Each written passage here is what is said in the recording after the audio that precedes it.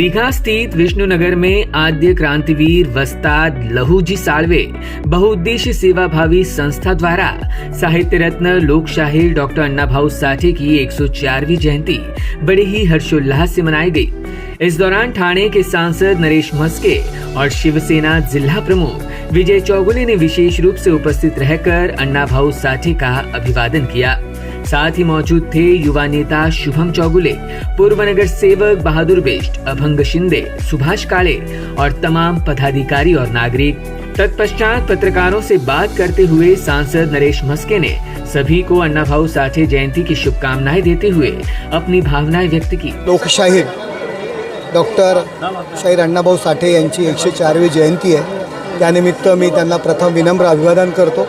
आज या विभागामध्ये गुणवंत विद्यार्थ्यांचा सत्कार आणि अशा पद्धतीचा कार्यक्रम आयोजित केला होता। या सर्व कार्यकर्ते आणि पदाधिकाऱ्यांना सुद्धा मी अभिनंदन करतो।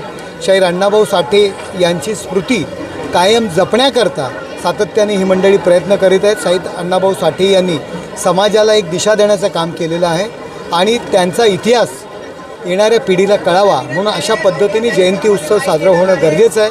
या पदाधिकारी आणि या सगळ्यांना मी शुभेच्छा देतो आणि अण्णाभाऊंच्या चरणी विनम्र अभिवादन करतो। इस दौरान लोकगीतों की प्रस्तुति के साथ अन्नाभाऊ साठे को सच्ची श्रद्धांजलि भी अर्पित की गई।